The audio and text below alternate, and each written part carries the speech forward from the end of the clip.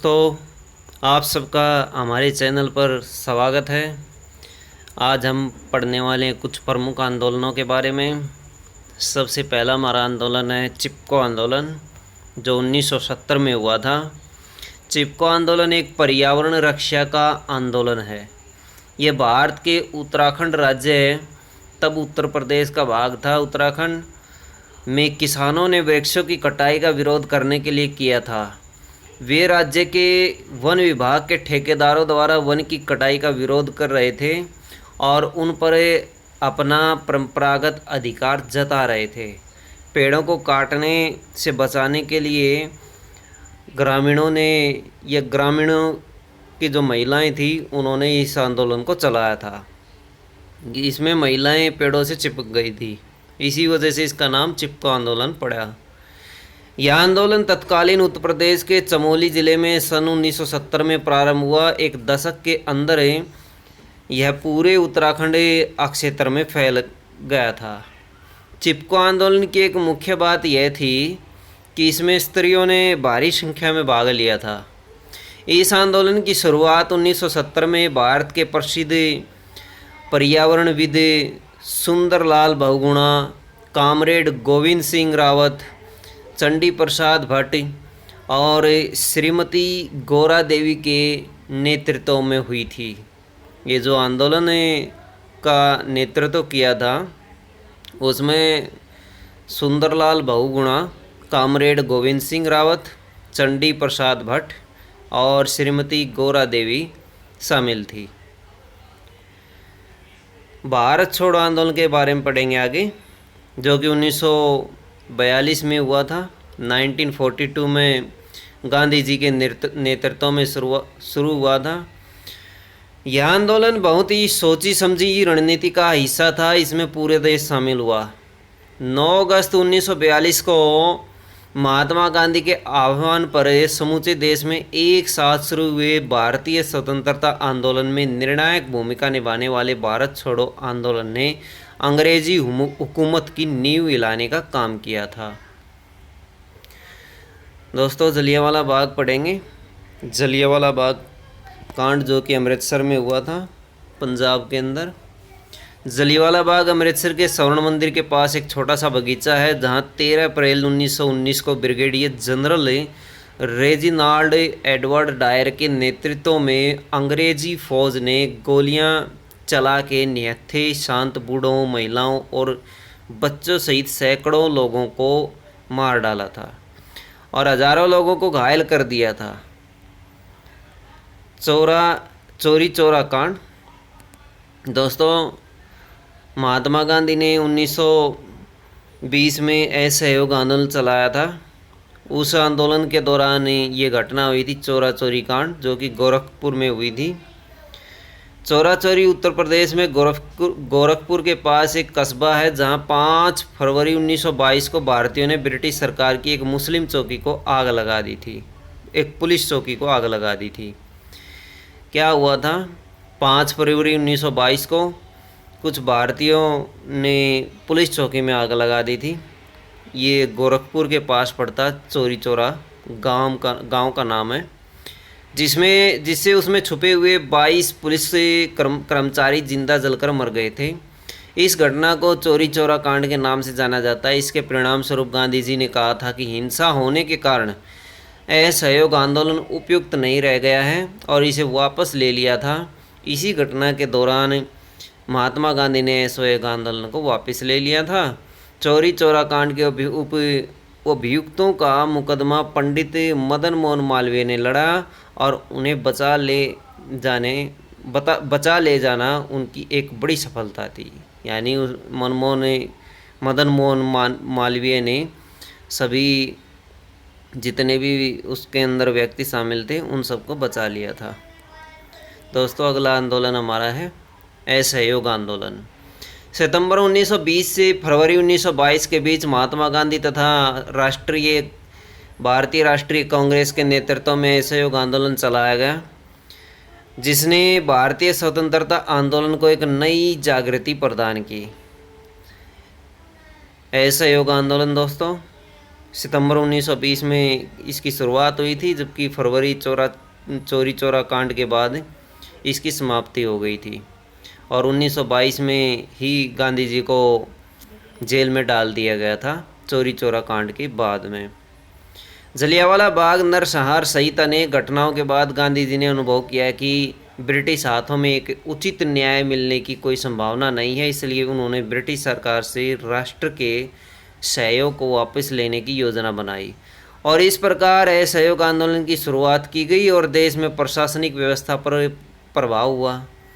यह आंदोलन अत्यंत सफल रहा क्योंकि इसे लाखों भारतीयों को का प्रोत्साहन मिला।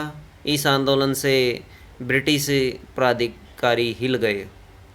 वैसे तो दोस्तों ये आंदोलन असफल रहा था, फिर भी कुछ थोड़ा सा प्रोत्साहन भारतीयों को इस आंदोलन से मिला था। इस आंदोलन के बाद गांधी जेल में चले गए थे और 2 साल के बाद उनको स्वास्थ्य कारणों से रिहा किया गया था 1924 में। सविनय अवज्ञा आंदोलन। सविनय अवज्ञा आंदोलन ये नमक से संबंधित है, दांडी मार्च से संबंधित है। ब्रिटिश साम्राज्यवाद के विरुद्ध भारतीय राष्ट्रीय कांग्रेस द्वारा चलाए गए जन आंदोलन में से एक था। 1929 ईस्वी तक भारत को ब्रिटेन के इरादे पर शक होने लगा कि वह औपनिवेशिक स्वराज्य प्रदान करने की अपनी घोषणा पर अमल करेगा कि नहीं। भारतीय राष्ट्रीय कांग्रेस ने लाहौर अधिवेशन 1929 ईस्वी में घोषणा कर दी कि उनका लक्ष्य भारत के लिए पूर्ण स्वाधीनता प्राप्त करना है। 6 अप्रैल 1930 को प्रातःकाल के बाद महात्मा गांधी ने समुद्र तट पर नमक बनाकर नमक कानून को भंग किया। यहीं से सविनय अवज्ञा आंदोलन की शुरुआत हुई थी। आगे हमारा आंदोलन है पूर्ण स्वराज की मांग। 1929 के कांग्रेस अधिवेशन में की गई थी पूर्ण स्वराज की मांग। 31 दिसंबर 1929 को कांग्रेस के लाहौर अधिवेशन में जवाहरलाल नेहरू की अध्यक्षता में प्रस्ताव पारित कर भारत के लिए पूर्ण स्वराज की मांग की गई थी। जवाहरलाल ने कहा था, हमारा लक्ष्य सिर्फ स्वाधीनता प्राप्त करना है। नमक सत्याग्रह अथवा दांडी मार्च। दांडी मार्च जिसे नमक मार्च दांडी सत्याग्रह के रूप में भी जाना जाता है, जो सन 1930 में महात्मा गांधी के नाम द्वारा अंग्रेज सरकार के नमक के ऊपर कर लगाने के कानून के विरुद्ध किया गया था।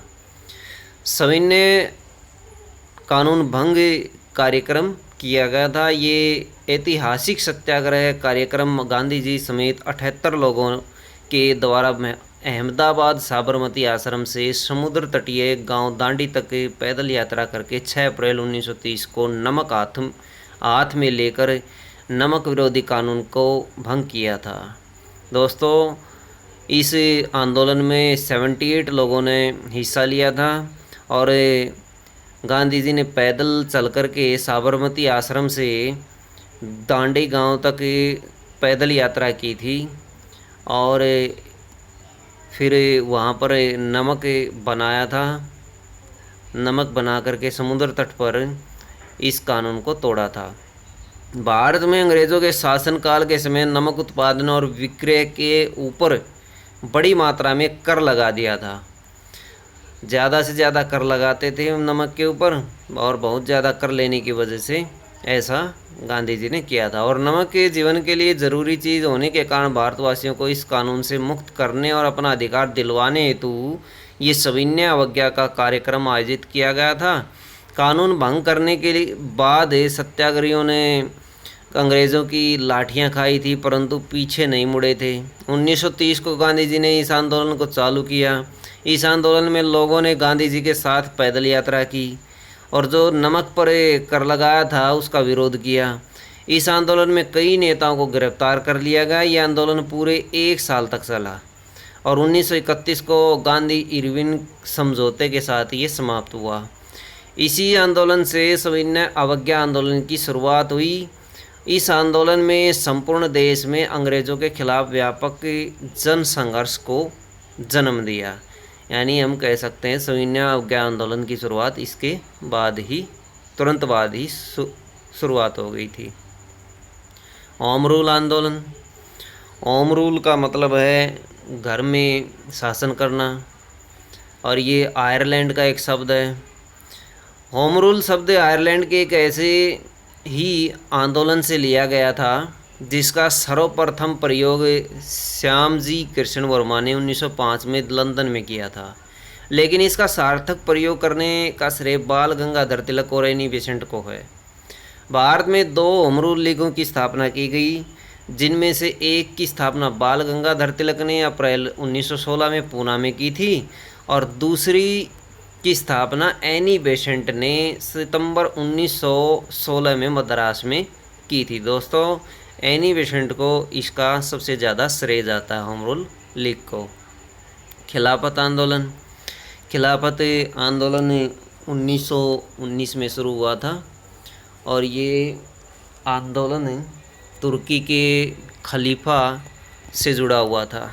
इसका जो शब्द है खिलाफत, वो खलीफा पद से जुड़ा हुआ है।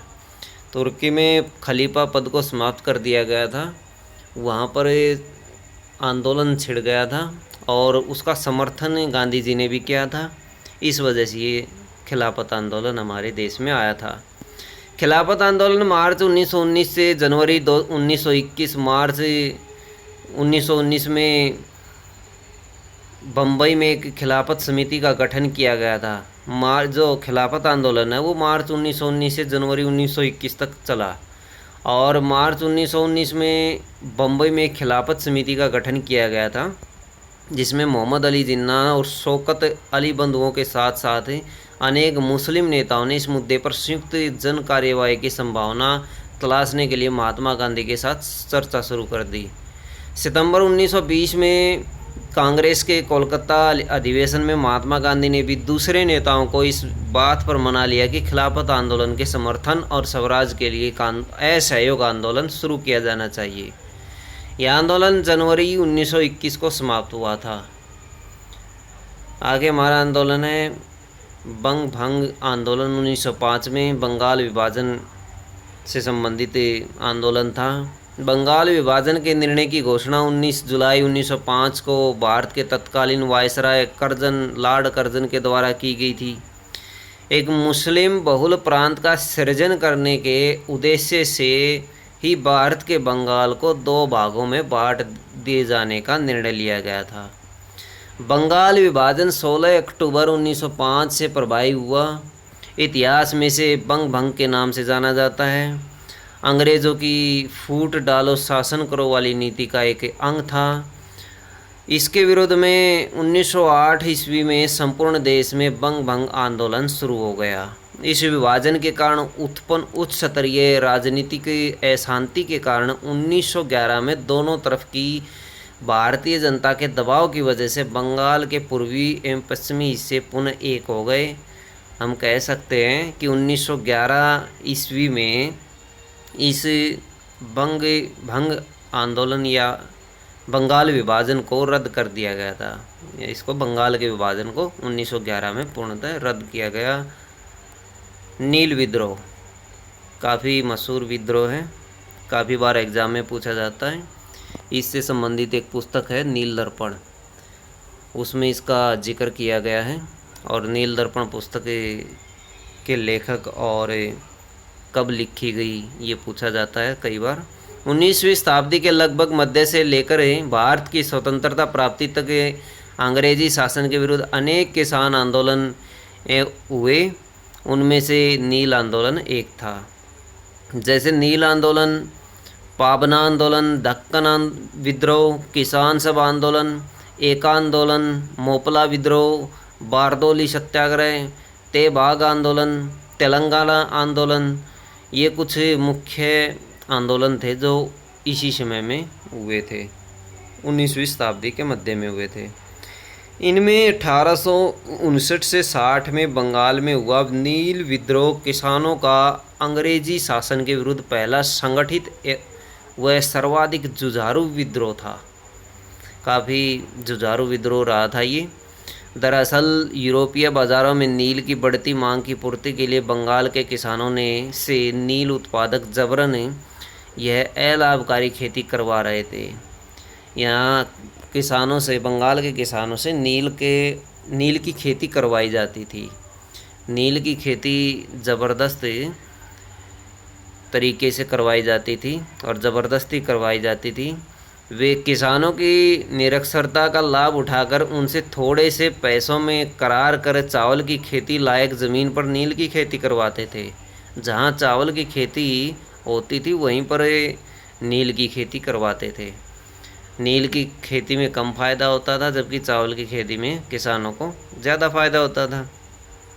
यदि किसान करार के पैसे वापस कर शोषण से मुक्ति पाने का प्रयास करते तो नील उत्पादक उनको अपहरण, अवैध बेदखली, लाठियों से पीटकर, उनकी महिलाओं एवं बच्चों को पीटकर, पशुओं को जब्त करके जैसे क्रूर हथकंडे अपना करके उन्हें नील की खेती करने के लिए मजबूर करते थे। 1857 का विद्रोह दोस्तों, मसूर विद्रोह और हमारा लास्ट विद्रोह, सबको पता है इसके बारे में, जानकारी होगी। 1857 का विद्रोह, जिसे प्रथम भारतीय स्वतंत्रता संग्राम के नाम से जाना जाता है, ब्रिटिश शासन के विरुद्ध एक सशस्त्र विद्रोह था। यह विद्रोह 2 वर्ष तक भारत के विभिन्न क्षेत्रों में चला। इस विद्रोह का आरंभ छावनी क्षेत्रों में छोटी झड़पों और आगजनी से हुआ था और आगे चलकर इसने एक बड़ा रूप ले लिया था। 29 मार्च 1857 को बैरकपुर पश्चिम बंगाल में सैनिकों ने चर्बी वाले कारतूस इस्तेमाल करना बंद कर दिया था। दोस्तों, अंग्रेज़ों ने इनफील्ड राइफलें दे दी थी सैनिकों को और इनफील्ड राइफलों का प्रयोग शुरू हो गया था, जिनमें चर्बी वाले कारतूस लगते थे और उन कारतूसों के ऊपर गाय और सूअर की चर्बी चढ़ाई जाती थी, जिनको यूज़ करने से भारतीय सैनिकों ने मना कर दिया। एक सैनिक मंगल पांडे था जिसने इसका पूर्ण रूप से विरोध किया और अपने सार्जेंट पर हमला करके उसकी हत्या कर दी। 8 अप्रैल 1857 को मंगल पांडे को फांसी दे दी गई और 34वीं देसी पैदल सेना रेजिमेंट को भंग कर दिया गया। दोस्तों, इसके बाद जो थी भारतीयों की भर्ती सेना में कम कर दी गई। 5-1 की रेशो हुआ करती थी, जिसको 2-1 की रेशो बना दिया गया बाद में, यानी 5-1 की 5 भारतीयों के ऊपर 1 अंग्रेज़, बाद में फिर 2 भारतीयों के ऊपर 1 अंग्रेज़ को छोड़ दिया गया। तो इसमें जो है परिणाम काफ़ी भयंकर निकले थे 1857 के विद्रोह में। दोस्तों, धन्यवाद। वीडियो को लाइक और शेयर करें।